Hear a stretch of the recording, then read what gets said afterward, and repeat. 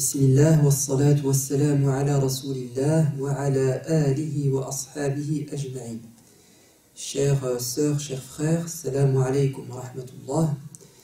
C'est une vidéo que vous attendiez, une vidéo qui veut vous présenter notre programme là-bas, dans cet endroit qui nous est si cher, la Mecque, Médine, la Terre Sainte,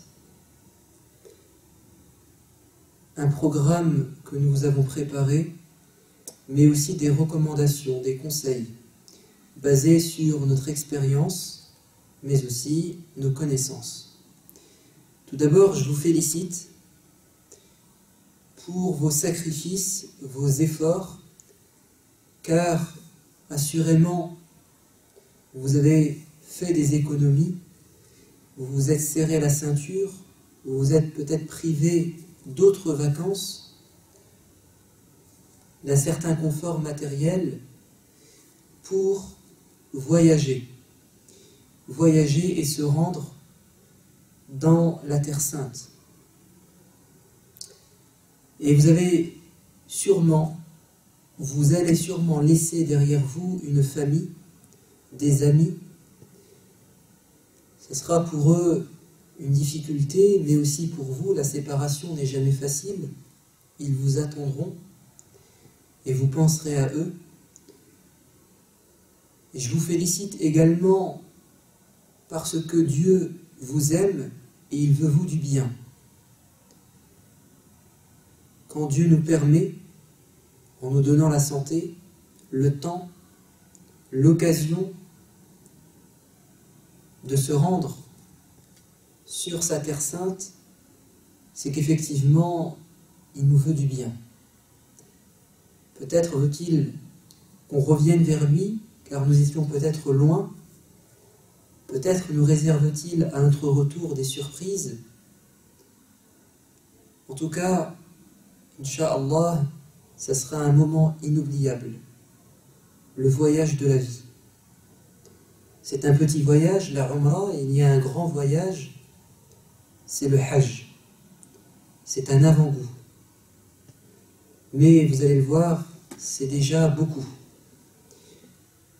Je voudrais vous relater un récit qui m'a personnellement ému, touché. Voilà plusieurs années que j'avais entendu dans une émission qui s'appelait Ashwaq, c'est-à-dire les désirs, les choses auxquelles nous aspirons, que nous aimons, qui nous tiennent à cœur. Et une émission avait été consacrée au désir de se rendre sur la Terre Sainte, l'amour de la maison de Dieu, la Kaaba. Et cette personne avait raconté cette histoire authentique, vraie, qui est une partie de la biographie d'un homme qui, sans cette histoire, serait resté inconnu. Alors, d'après mes souvenirs, il s'appelle Al-Hajj Uthman. Il vivait dans le plus petit pays d'Afrique, dont j'ai oublié le nom. Lui et ses trois amis, après avoir atteint un certain âge, décidèrent de prendre leurs économies et de partir à l'aventure. Nous sommes dans les années 50 du siècle dernier. Les moyens de locomotion rapides et surtout accessibles n'étaient pas à la portée de ces petites gens. C'était des gens de la classe moyenne.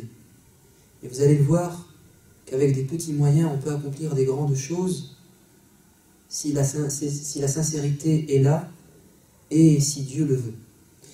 Al-Hajj Uthman et ses trois amis vont donc dire au revoir et pour certains adieu à leur famille. Ils prirent ce qu'ils avaient comme argent et ils partirent à pied de ce petit pays d'Afrique vers l'Arabie, la péninsule arabique.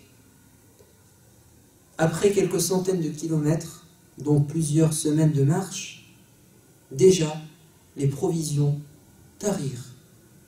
Il leur fallut donc s'arrêter dans des petits villages, des petites villes, travailler, amasser un peu d'argent et continuer le périple. Et le Hajj Uthman dit, en cours de route, toujours sur le continent africain, j'ai été mordu. Ce n'est pas lui, excusez-moi, c'est l'un de ses amis. L'un de ses amis a été mordu par une vipère ou un scorpion. En tout cas, pendant une semaine, cette victime était entre la vie et la mort. Et ses amis lui rapportaient de la nourriture, de l'eau, des médicaments. Et Dieu a voulu que sa vie soit prolongée et ils continuèrent ensemble ce voyage risqué. Al-Hajj Uthman dit, lorsque nous arrivâmes au bord de la mer,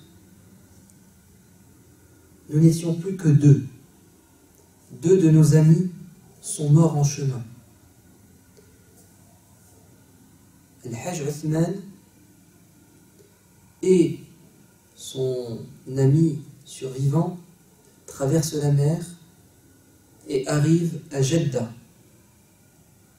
Et là, Al-Hajj Uthman est atteint d'une grave maladie.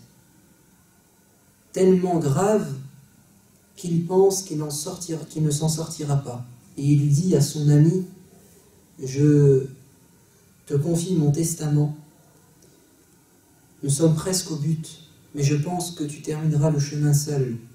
Alors quand tu verras la Kaaba, la maison de Dieu, fais-lui part de mon désir ardent de la voir. Et quand tu visiteras la tombe du prophète, wassalam, tu lui transmettras mes salutations et aussi mon amour et ma volonté ferme toute ma vie d'être à ses côtés. Et si tu reviens sain et sauf au pays, alors dis à ma famille, ma femme, les enfants, toute ma famille, que je les aimais et que je les attends au paradis. Mais Dieu a voulu que Hajj Uthman voit son rêve se réaliser. Et il va arriver à la Mecque et il va voir la Kaaba. Et je vous laisse imaginer ce qu'il a ressenti. Les larmes qui coulèrent sur son visage et les vibrations qui firent frémir son cœur. Alors cette histoire émouvante et motivante nous délivre comme enseignement que tout est entre les mains de Dieu. Au moment où je vous parle, il nous reste quelques semaines que Dieu nous prête vie afin que nous arrivions à bon port. Et l'une des leçons à tirer de cette histoire, c'est que regardez comment le matériel n'avait pas tellement d'importance à leurs yeux. Et vous savez que quand on fait un voyage, même aujourd'hui, dans ces conditions confortables, on peut rencontrer des difficultés, des épreuves. Alors il faut savoir passer au-dessus et garder à l'esprit à la fois l'objectif, mais aussi la chance que l'on a. Alors je vous recommande la patience durant ce voyage et de rester concentré sur l'objectif et de profiter pleinement du séjour qui nous attend. Ceci étant dit, je serai, moi, votre guide religieux, avec à mes côtés pour m'épauler et être à votre service le frère Farid El-Atawi, qui, comme moi, a fait des études religieuses et qui, comme je vous en parlerai dans quelques instants, vous fera des conférences, des interventions durant tout ce séjour. Vous savez que les désagréments sont inhérents au voyage, que le voyage, comme a dit le prophète ﷺ, est une partie de souffrance, car on connaît un moment d'instabilité où nous n'avons plus nos repères, qu'ils soient spatials ou temporels, et donc il faut avoir cette capacité à s'adapter. Et le voyage, vous allez le voir, révèle nos qualités, mais aussi nos défauts. Omar ibn Khattab reçut un jour, donc ce deuxième calife de l'islam, reçut un jour, alors qu'il était calife, un homme qui se plaignait, qui accusait une tierce personne de quelque chose. Omar ibn Khattab lui a dit: afin que j'accorde du crédit à ton témoignage, à ton accusation plutôt, il me faut 2 témoins qui vont attester que tu es une personne de confiance, intègre. Et il va ramener 2 amis. Et ces 2 amis vont dire à Omar ibn Khattab: oui, cet homme, tu peux lui faire confiance. Et il va leur dire: mais attendez, comment puis-je être sûr que votre témoignage est fiable? Je vais moi-même vérifier, pour savoir si vous le connaissez vraiment. L'une des questions qu'il a posées, il en a posé 3. La première: est-ce que vous êtes son voisin? Car le voisin est au courant de la vie privée des gens.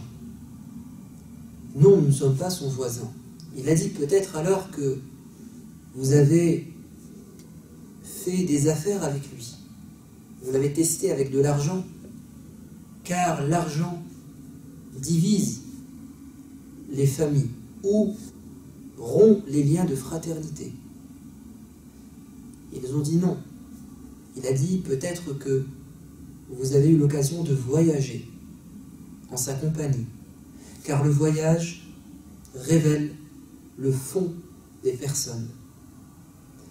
Alors vous allez être testé durant ce voyage, et j'espère que vous serez assez intelligent et sage pour laisser transparaître de votre fort intérieur ce qu'il y a de plus beau et non pas de plus sombre. Quel programme nous vous préparons durant ces 15 jours, Inch'Allah, qu'on passera ensemble? Une conférence chaque jour. Les interventions auront lieu après la prière de l'Asr, à l'hôtel, mais déjà au petit matin, à l'heure de l'Fajr, vous aurez l'occasion de voir sur une affiche le titre de la conférence et l'endroit. Alors, si vous voulez augmenter vos connaissances, profitez donc des discours qui vont être donnés, gérez votre temps. Gérez votre temps. Généralement, les gens veillent la nuit et ils s'endorment après le Fajr. Ils se réveillent, ils prennent un petit déjeuner et puis ils dorment jusque après Dhuhr. Et donc effectivement, l'heure de l'Asr, c'est peut-être la meilleure horaire, la plus opportune pour vous. En tout cas, ces interventions seront filmées. Et Inch'Allah, elles seront mises sur notre site dès notre retour. Très bien. Nous avons voulu... Alors nous sommes 2, comme je vous ai dit. Je vous parlerai de mon programme. Nous allons alterner 1 jour sur 2. Je prendrai la parole et puis le frère Farid prendra le relais le jour suivant. Je vous parlerai de la vie du prophète alayhi salatu wassalam, mais sous un angle, car sa vie est tellement riche. Nous allons suivre ses pas, profiter de sa vie à travers la relation sa relation avec ses ennemis. Ou pour le dire autrement, comment le prophète a géré le conflit qui l'a opposé à des gens qui ne l'aimaient pas ou qui l'ignoraient. Et les gens qui l'ignoraient étaient souvent victimes de ceux qui ne l'aimaient pas, qui le combattaient avec conviction. Comment le prophète a géré ce conflit? Comment les compagnons eux-mêmes ont su faire preuve de sagesse, de courage, d'intelligence? Et vous allez voir qu'il va y avoir de nombreux parallèles avec notre actualité, notre réalité. Car nous avons besoin de nous référer au comportement du prophète qui a vécu pire que tout ce que nous pouvons vivre en termes d'islamophobie. Nous allons donc parler de la période mécoise, comment s'est manifesté le conflit, l'hostilité contre le prophète et les compagnons, comment ces personnes ont réagi, quelles stratégies ont-ils développées, quelle sagesse les habitait.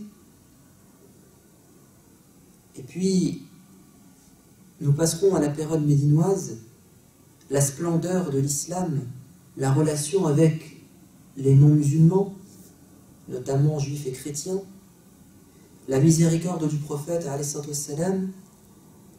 les conflits armés et comment il a géré ça, l'ordre des priorités, le sens des priorités dans la prédication, ainsi de suite. Quelque chose d'extrêmement important et de riche. Quant au frère Farid, Inch'Allah, il vous prépare quant à lui des interventions sur des thèmes différents qu'il vous proposera dès les premiers jours du séjour.